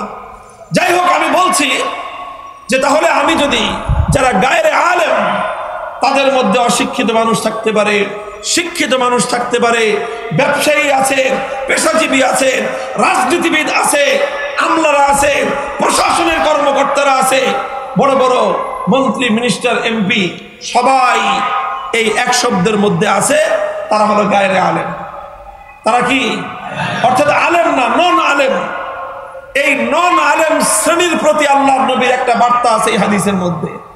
আর আরেকটা বার্তা আছে যারা আলেম, যাদেরকে আল্লাহর নবী ওয়ারাসাতুল আম্বিয়া, নায়েবে নবী বলে আখ্যায়িত করেছেন, তাদের প্রতি আরেকটা বার্তা আছে। নন আলেমদের প্রতি, গায়রে আলেমদের প্রতি নবীজির বার্তাটা কি? গায়রে আলেমদের প্রতি নবীজির বার্তাটা হলো একটা সান্ত্বনার বাণী, একটা আশার আলো দেখানো। সান্ত্বনার বাণী শোনানো আর আশার আলো দেখানো। সান্ত্বনার বাণী কেন বলছি? মুহতারাম হাজিরিন, ওই হাদিস থেকে যখনই প্রশ্ন তৈরি হলো, ও আল্লাহর নবী, আপনি হলেন সর্বশেষ নবী, সুতরাং আপনার বক্তব্য অনুযায়ী আপনার পরে কিয়ামত পর্যন্ত নতুন আর কোনো নবী আসবে না। অথচ আজ পর্যন্ত আদম নবী থেকে নিয়ে আখেরি নবী পর্যন্ত পৃথিবীর প্রতিটি জাতিকে পরিচালনা করেছেন নবীগণ। ও নবী, আপনি বলছেন আপনার পরে আর কোনো নবী আসবে না, তাহলে এখন উম্মতের কি দশা হবে? আপনার পরে এই উম্মতকে পথ দেখাবে কে? আপনার পরে এই উম্মতের হাল ধরবে কে? আপনার পরে এই উম্মতকে সঠিক পথে পরিচালিত করবে কে? এইরকম একটা হতাশা উম্মতের সাধারণ মানুষের মধ্যে তৈরি হতে পারত। আল্লাহর রাসূল সাল্লাল্লাহু আলাইহি ওয়াসাল্লাম সেই হতাশার মাঝে তাদেরকে সান্ত্বনার বাণী শোনালেন। আমার উম্মত, হতাশ হওয়ার কোনো কারণ নাই, নিরাশ হওয়ার কোনো কারণ নাই। যদিও নবুয়তের দুয়ার বন্ধ হয়ে যাচ্ছে, নবীদের ধারা চিরতরে রুদ্ধ হয়ে যাচ্ছে, কিয়ামত পর্যন্ত আর কোনো নবী আসবে না, তবুও তোমাদের দুশ্চিন্তিত হওয়ার কোনো কারণ নাই, হতোদ্যম হওয়ার কোনো কারণ নাই, নিরাশ হওয়ার কোনো কারণ নাই। কারণ পৃথিবীতে আর কোন নতুন নবী না আসলে কি হবে? কিয়ামত পর্যন্ত নবীদের পক্ষ থেকে উম্মতের আলেম সমাজ নবীর উত্তরাধিকারী হিসেবে তোমাদেরকে সরল এবং সঠিক পথের দিশা দিবে। সুতরাং তোমরা নিরাশ হও না, হতাশ হও না, বরং উম্মতের আলেমরা তোমাদেরকে যেভাবে পথ দেখাবে, এই হাদিসের মধ্যে স্পষ্ট ইঙ্গিত হলো উম্মতের সাধারণ জনগণের প্রতি যতদিন নবীরা ছিল, নবী থাকলে নবীকে যেভাবে তোমরা মান্য করতে, নবীর অবর্তমানে উম্মতের আলেমদেরকে সেভাবেই মান্য করবে। এটাই হলো সাধারণ জনতার প্রতি আল্লাহর নবীর এই হাদিসের মধ্যে সবচেয়ে বড় বার্তা। মুহতারাম হাজিরিন, এটা হলো একটা বার্তা। আর উম্মতের আলেম সমাজের প্রতি আল্লাহর নবীর দ্বিতীয় বার্তা হলো এই হাদিসের মধ্যে। কি বার্তা? এই হাদিসের মধ্যে আল্লাহর নবী উম্মতের আলেমদের ফ্যাসিলিটি দিয়েছেন যারা এটা মনে করেন তারা ভুল মনে করেন। এই হাদিসের মধ্যে আল্লাহর নবী এটা বলেন নাই যে উম্মতের আলেমরা তোমরা বিশাল সুযোগ সুবিধা ভোগ করবা, তোমরা বিশাল মান মর্যাদা ভোগ করবা। নবীজি এটা বলতে চাননি, বরং আল্লাহর নবীজি বলতে চেয়েছেন, হে আমার উম্মতের আলেমরা, আমি তোমাদের উপর আস্থা রেখে গেলাম, আমি তোমাদের উপর বিশ্বাস রাখলাম যে আমার মৃত্যুর মধ্য দিয়ে আমার উম্মত ইতিম হয়ে যাচ্ছে। নবীর মৃত্যুর মধ্য দিয়ে উম্মত কি হয়েছে বলবেন? এতিম হয় কেমনে? আবার এতিম হওয়ার অর্থ হলো, আল্লাহর নবী নিজে বলেছেন হাদিসের মধ্যে, বুখারী মুসলিম সহ সমস্ত হাদিসের কিতাবে হাদিসটি বর্ণিত হয়েছে। হযরত সালমান ফারসির বর্ণনা, নবীজি বলেন, ইন্নামা আনা লাকুম মিসলাল ওয়ালিদি লিওয়ালাদিহি, ইন্নামা আনা লাকুম মিসলাল ওয়ালিদি লিওয়ালাদিহি। ও আমার উম্মত, আমি হলাম তোমাদের জন্য পিতার মতো। একজন পিতা তার সন্তানকে যেমন লালন পালন করে, যেমন একজন পিতা তার সন্তানকে হাতে ধরে ধরে প্রত্যেকটা বিষয় শিক্ষা দেয়, হে উম্মত আমি তোমাদের জন্য তেমন পিতার মতো। ও দোস্ত, একজন পিতার মৃত্যুতে যখন যেমন তার সন্তানরা ইতিম হয়ে যায়, ঠিক তেমনি ভাবে উম্মতের মাঝ থেকে যেদিন আল্লাহর নবী বিদায় নিলেন, সেই দিন এই উম্মত আক্ষরিক অর্থে ইতিম হয়ে গেল। আল্লাহর নবী উম্মতের আলেম সমাজকে লক্ষ্য করে বলে গেলেন, হে উম্মতের আমার আলেমরা, হে উম্মতের আলেমরা, নায়েবে নবী, আমি তোমাদের কাছে আমার এই ইতিম উম্মতকে আমানত রেখে গেলাম, আমার এই ইতিম উম্মতকে আমি তোমাদের হাতে সুপর্দ করে গেলাম। হে আমার উম্মতের নায়েবে নবীগণ, আমার এই আমানত, আমার এই ইতিম উম্মতকে তোমরা দেখে শুনে রাখবে, তাদেরকে সঠিক পথের দিশা দিবে। খবরদার, খবরদার, তোমরা যদি দায়িত্ব পালনে ব্যর্থ হও, তোমরা যদি আমার উম্মতকে সঠিক পথ নির্দেশনা না দাও, তোমরা যদি আমার উম্মতকে সঠিক পথে পরিচালিত করতে ব্যর্থ হও, কিয়ামতের দিন আমি আল্লাহর হাবিবের কাছে উম্মতের এক একজন আলেম তোমাকে আসামির কাঠ গড়ায় দাঁড়িয়ে আমাকে জবাবদিহি করতে হবে। মুহতারাম হাজিরিন, কথাটার গভীরতা, ডিপনেস বুঝবার চেষ্টা করুন। ছোট্ট একটা প্র্যাকটিক্যাল দৃষ্টান্ত দিয়ে আমি আপনাদের সামনে, হযরত শাইখুল হাদিস রাহমাতুল্লাহ আলাইহি এই ধরনের দৃষ্টান্ত দিয়ে হাদিস ব্যাখ্যা করতেন, আমি অনেকবার শুনেছি। তার সেই আবেগের, হৃদয়ের আবেগ মাখা সেই কথাগুলো আজও আমার কর্ণকুহরে প্রতিধ্বনিত হয়। একটা দৃষ্টান্ত দিতেন তিনি, জীবন সায়ান নিয়ে আলোচনাটা খুব বেশি করতেন। বলতেন যে, মনে করেন একজন পিতা মৃত্যু শয্যায় শায়িত, যে কোনো কারণে তার আর বেশি দিন সে বাঁচবে না, এটা সে অনুভব করতেছে। হয় কি হয় না এরকম? এখন সেই পিতার একটা ছেলে আছে, একটু সে অ্যাডাল্ট, সে প্রাপ্তবয়স্ক পরিণত, মনে করেন তার বয়স 25 বছর, পড়াশোনা কমপ্লিট করেছে, চাকরি টাকরি করবে বা চাকরি করতেছে, এরকম পর্যায়ের একটা বড় ছেলে 25-26 বছর বয়সের। আর ওই বাবারই আরো কয়েকটা ছোট ছোট ছেলে মেয়ে আছে, কোনটার বয়স 8 বছর, কোনটার বয়স 10 বছর, কোনটার বয়স 12 বছর, ছোট ছোট কয়েকটা ছেলে মেয়ে আছে। আর একটা ছেলে কি পরিণত, প্রাপ্ত এবং পরিপূর্ণ, একেবারে ভালো অবস্থায়। এখন বাবা যখন বুঝতেছে যে আমি যে কোনো সময় আমার শেষ নিঃশ্বাস চলে যাবে, তিনি সব ছেলেগুলোকে ডাকলেন, বড় ছেলেটাকেও ডাকলেন, ছোট ছেলে পেলেগুলোকে ডাকলেন। ডেকে এবার সবাইকে বলতেছে, ছোট ছেলেগুলোর হাত ধরছে, 3টা ছেলের হাত ধরে, 3 ছেলের হাত ধরে, বড় ছেলেটার হাত আরেক হাতে ধরে, 3টা ছেলের হাত বড় ছেলের হাতে তুলে দিয়ে এবার বাবা উপরে নিচে 2 হাত রেখে বলতেছে, প্রথমে ছোট ছেলেগুলোকে বলতেছে যে, দেখো আমি দুনিয়াতে হয়তো থাকবো না, আমি তোমাদেরকে তোমাদের বড় ভাইয়ের হাতে তুলে দিয়ে গেলাম, আমার অবর্তমানে তোমরা তোমাদের বড় ভাইকে বাবার মতো শ্রদ্ধা করবা, বাবার মতো মেনে চলবা। এটা একটা কথা বললেন ছোট ছেলেগুলোকে লক্ষ্য করে, খবরদার বড় ভাইয়ের সাথে কখনো বেয়াদবি করবা না, তার কথার অমান্য করবা না। আর বড় ছেলেটাকে বললেন যে, দেখো বাবা, তুমি বড় হয়েছো, বুঝবান হয়েছো, তোমাকে আমি আমার এই ছোট ছোট সন্তানগুলো তোমার হাতে দিয়ে গেলাম, আমি এই আশা নিয়ে মৃত্যুবরণ করতেছি যে আমার অবর্তমানে আমার এই ইতিম সন্তানগুলোকে তুমি দেখে রাখবা, তুমি কখনো তাদেরকে কখনোই তুমি তাদেরকে ছেড়ে যাবে না। আমার অবর্তমানে পিতার অভাব যেন তারা তোমার দ্বারা যেন পূর্ণ হয়, তুমি এই কাজটা করবা। এই হলো দুজনকে দুই রকম কথা বললেন। ছোটদেরকে বললেন বড় ভাইকে বাবার মতো শ্রদ্ধা করবা, আর বড় ভাইকে বললেন ছোট ভাইদেরকে সন্তানের মতো দেখে রাখবা। আমার অবর্তমানে যেন তারা তোমার কাছ থেকে পিতৃ স্নেহ পায়, তোমার কাছ থেকে যেন পিতার ভূমিকাটা পায়। মুহতারাম হাজিরিন, এই যে দৃষ্টান্তটা দিলাম, এটা কি একেবারে অবাস্তব না? এমন অসংখ্য ঘটনা আমাদের সমাজে আছে। এবার বলেন, এইরকম একজন পিতার মৃত্যুর পরে বড় সন্তানটার দায়িত্ব কি দাঁড়ায়, আর ছোট সন্তানদের করণীয় কি দাঁড়ায়? বড় সন্তানের দায়িত্ব দাঁড়ায় হলো এই যে পিতার অন্তিম এই আদেশকে পালন করার জন্য, পিতার অন্তিম এই ওসিয়তকে পালন করার জন্য নিজের জীবনের অনেক আরাম আয়েশের গলায় তাকে ছুরি চালাতে হবে। সে 2 দিন পরে বিয়ে করে, বড় লোকের ঘরের বউ মেয়ে বিয়ে করে শ্বশুর বাড়িতে গিয়ে আরাম আয়েশে থাকবে।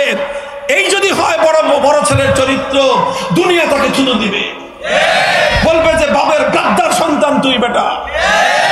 তার দায়িত্ব কি দাঁড়াবে? সে নিজের জীবনের ব্যক্তিগত অনেক আরাম আয়েশকে কোরবানি করে দিবে। বাপ থাকলে সে হয়তো তাড়াতাড়ি বিয়ে করে নিজের স্ত্রীকে নিয়ে সে আলাদা সেটেল সংসার কায়েম করত, নিজের ঘর নিজে সাজাতো। কিন্তু এখন বাবার অবর্তমানে সে শুধুমাত্র নিজের ঘর, নিজের ব্যক্তিগত সংসার নিয়ে সে চিন্তা করবে না। সে যদি বাবার সুসন্তান হয়ে থাকে, সে নিজের সুখের চেয়েও বেশি ছোট ভাইদের সুখ এবং স্বাচ্ছন্দ্যের কথা সে আগে চিন্তা করবে। এমন দৃষ্টান্ত নাই? অনেক বড় ভাইয়েরা আছেন এরকম, শুধুমাত্র বাবার অবর্তমানে ছোট ছোট ভাইদের মুখের দিকে তাকিয়ে নিজের জীবনের অনেক অর্জনকে বিসর্জন দিয়েছেন, অনেক সম্ভাবনাকে তারা গলা টিপে হত্যা করেছেন, নিজের অনেক অর্জনকে তারা দুপায়ে তুলেছেন শুধুমাত্র একটা তৃপ্তির জন্য যে বাবার অসম্পূর্ণ কাজ আমি সম্পন্ন করতে পেরেছি। মুহতারাম হাজিরিন, হে উম্মতের আলেম সমাজ, হে উম্মতের উলামায়ে কেরাম, আর হে উম্মতের সাধারণ জনগণ, সেম এই দৃষ্টান্তটা আল্লাহর নবী এই হাদিসের মাধ্যমে আমাদের মাঝে স্থাপন করে গেলেন। যারা আলেম না তারাও মনে করেন নবীর সন্তানের মতো, যারা আলেম তারাও নবীর সন্তানের মতো। পার্থক্য হলো যারা আলেম না তারা ছোট ভাই, যারা আলেম তারা বড় ভাই। বলবেন আলেমরা তো বয়সে কম। ভাই, এটা বয়সের ব্যবধান নয়। এখানে আমি বয়সের বড় ছোট বলছি না, এখানে আমি বলছি আসমানি ওহীর ইলমের দিক থেকে বড় ছোট।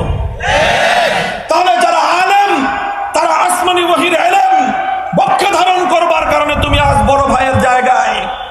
যারা আসমানি ইলম নিজের বক্ষে ধারণ করতে পারোনি, তোমরা হলো আল্লাহর নবীর কলিজার টুকরা, ছোট ছোট সন্তান, নবীর পেয়ারা উম্মত। তোমরা, তোমাদের প্রতি নবীজির মমতা বেশি, তোমাদের প্রতি নবীজির ভালোবাসা বেশি। এবার নবীজি তোমাদেরকে আলেমদের হাতে সুপর্দ করে গিয়েছেন, আলেমদেরকে বলে গেছেন আমার অবর্তমানে বাবার মতো দেখে রাখবা, আর ছোটদেরকে বলে গেছেন আমার অবর্তমানে উম্মতের আলেমদেরকে নবীর মতো বাবার মতো করে শ্রদ্ধা করবা। হিসাব পরিষ্কার, কথাটা এই জায়গায় আসেন, কোনো কনফ্লিকশন থাকবে না। উম্মতের আলেমদের প্রতি কারো কোনো অভিযোগ থাকবে না, উম্মতের উলামায়ে কেরামের প্রতি কারো কোনো বিদ্বেষ থাকবে না, এবং উম্মতের আলেমদের পক্ষেও এক মুহূর্তের জন্য নিজেদের দায়িত্ববোধ দূরে থাকবার অবকাশ থাকবে।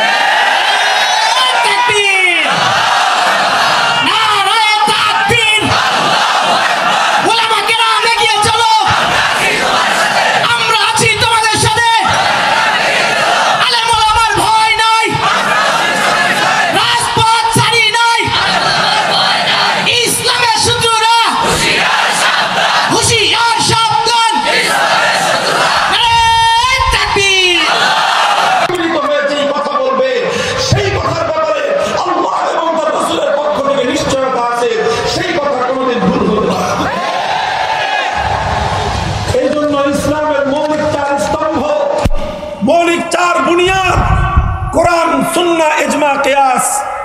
কোরআন সুন্নাহ ইজমা কিয়াস।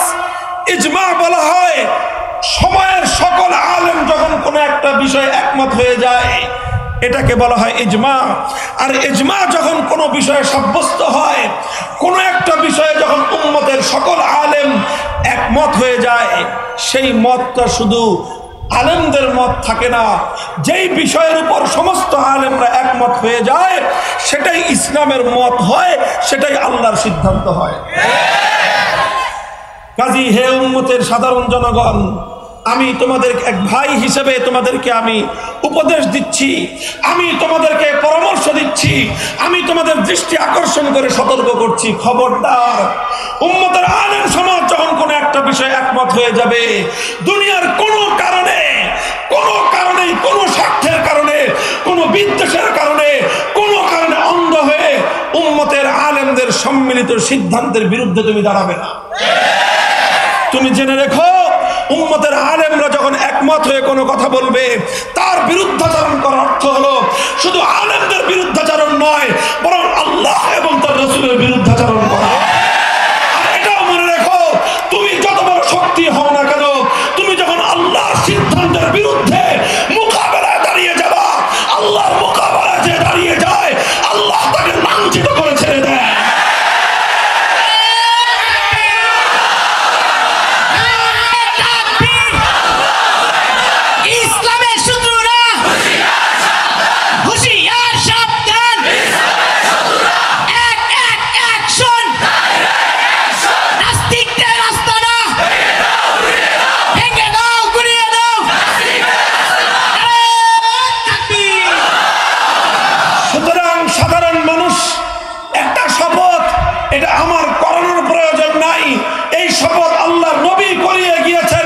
সেটাকে আবার পুনর্বার পুনরুচ্চারণ করো।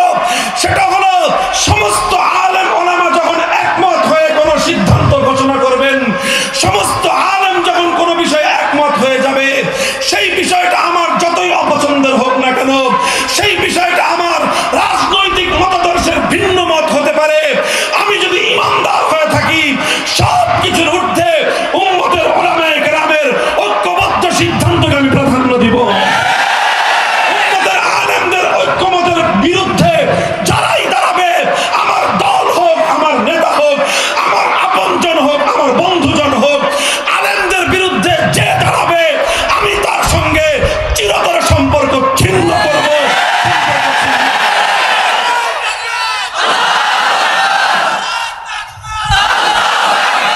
এটাই ইসলামের নির্দেশনা, এটা আল্লাহর কোরআনের হুকুম। ইসলামে একটা অধ্যায় আছে, বড় গুরুত্বপূর্ণ অধ্যায়, শিরোনাম আল ওয়ালা ওয়াল বারা। কার সঙ্গে কতটুকু সম্পর্ক থাকবে, কার সঙ্গে কখন সম্পর্ক ছিন্ন করবে, সেই সম্পর্ক ছিন্ন করার মানদণ্ডে আল্লাহর কোরআন যার সঙ্গে সম্পর্ক ছিন্ন করতে বলবেন, তার সঙ্গে সম্পর্ক রাখলে তুমি ইমানদার থাকতে পারো না। কাজেই উম্মতের আলেম ওলামা সবাই মিলে যেখানে, উম্মতের আলেমগণ ঐক্যবদ্ধভাবে যেখানে, আল্লাহ পাক কবুল করুন। আর আলেম ওলামা, আপনারা খালি মনে করেন না যেখানে পাবলিকরে ওয়াজ করে ছেড়ে দিব, আসল ওয়াজ আলেম ওলামাদের জন্য। মূল কথা আলেম ওলামাদেরকে লক্ষ্য করে 20টা সন্তান জামিয়া আরবিয়া আহসানুল উলুম থেকে তোমরা মাথায় পাগড়ি নিলা। এই পাগড়ি শুধুমাত্র 3.5 হাতের একটা কাপড়ের টুকরা নয়। এটা যদি মনে করে থাকো 150 টাকার একটা কাপড় দেওয়া হয়েছে, ভুল করেছো। এটা 150 টাকা দামের এক গজ কাপড় নয়, 1.5 গজ কাপড়ের টুকরা নয়। এটা হলো নবী মুহাম্মদ আরবির উত্তরাধিকারের 1500 বছরের ঐতিহ্যের বোঝা তোমার মাথার উপর তুলে দেওয়া হয়েছে। মনে রেখো, আলেম হওয়ার অর্থ শুধু একটা খেতাব বহন করা নয়। মনে করো না যে এখন থেকে আমি নিজেকে মৌলানা এই খেতাব লাগানোর উপযুক্ত হলাম। এটা শুধু খেতাব নয়, আর 10টা ডিগ্রির মতো এটা নয়।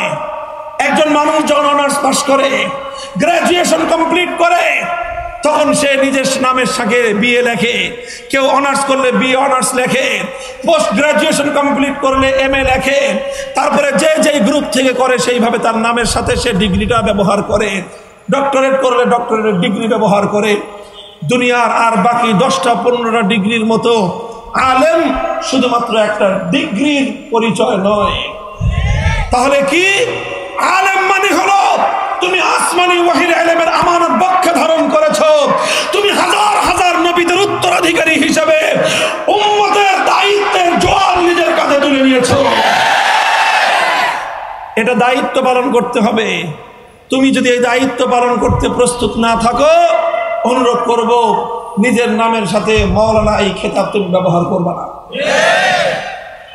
নিজের শেষ দিয়ে লিখে দিও দাওরায়ে হাদিস, কিন্তু নামের শুরুতে খবরদার এই খেতাব সহজে ব্যবহার করবা না। নামের শুরুতে খেতাব ব্যবহার করার অর্থ হলো তুমি স্বেচ্ছায় সজ্ঞানে কথা বলছো, উম্মতের দায়িত্বের জোয়ার আমি কাঁধে তুলে নিলাম।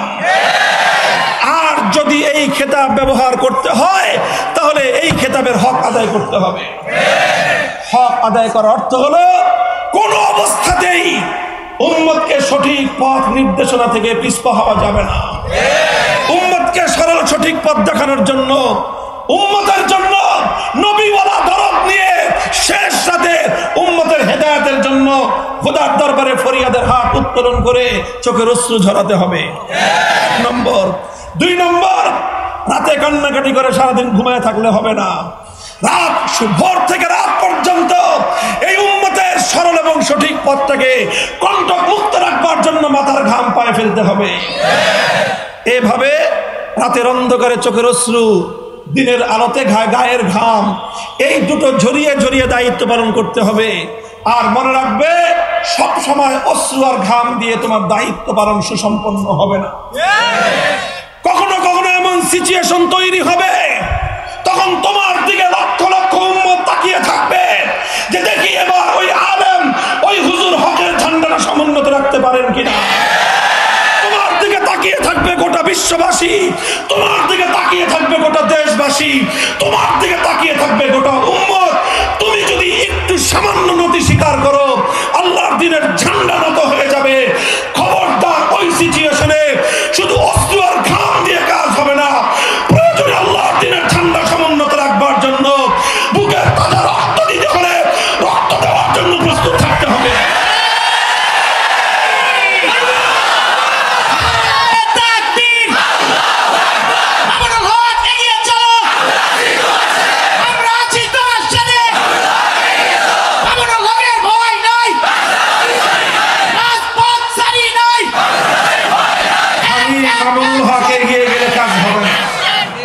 খালি মামুনুল হকের এগিয়ে যাওয়ার কথা বলছি আমি। গোটা উম্মতের আলেমদেরকে দায়িত্বশীলতার সাথে অগ্রসর হতে হবে। আর এভাবে ঐক্যবদ্ধভাবে উম্মতকে যে কোনো বিভ্রান্তির হাত থেকে রক্ষা করতে হবে। উম্মত যখন যে বিষয়ে বিভ্রান্ত হওয়ার অবকাশ তৈরি হবে, সেখানে উম্মতের আলেমরা বুক টান করে দাঁড়িয়ে যেতে হবে। মনে রাখতে হবে, একজন আলেমের সঠিক সিদ্ধান্ত, একজন আলেমের সাহসী সিদ্ধান্ত হাজার হাজার উম্মতকে বিভ্রান্তির হাত থেকে রক্ষা করে। আর একজন আলেমের আপোষকামিতা, একজন আলেমের স্বার্থবাদিতা, যদি কেউ নিজের ব্যক্তি স্বার্থ নিয়ে চিন্তা করো, একজন আলেমের বিপদগামিতা, জাল্লাতুল আলিমি জাল্লাতুল আলম। এক আলেম যখন বিপদগামী হয়, তাকে দেখে শত সহস্র সাধারণ মানুষ বিভ্রান্ত হয়ে যায়। আল্লাহ পাক রব্বুল আলামিন উম্মতের উলামায়ে কেরামকে এই দায়িত্ববোধে উজ্জীবিত হয়ে ইলমে দ্বীনের বিরাসতের মশাল ধারণ করার তৌফিক দান করেন। উম্মতের সাধারণ জনতাকে এভাবেই উলামায়ে কেরামকে সর্ব অবস্থায় আনুগত্য করার তৌফিক দান করেন। আপনারা কি এখন উঠে যাবেন? না, কিন্তু চলবে না। বসেন বসেন, মাহফিলে আরেকটু তো আলোচনা হলে ভালো হইতো।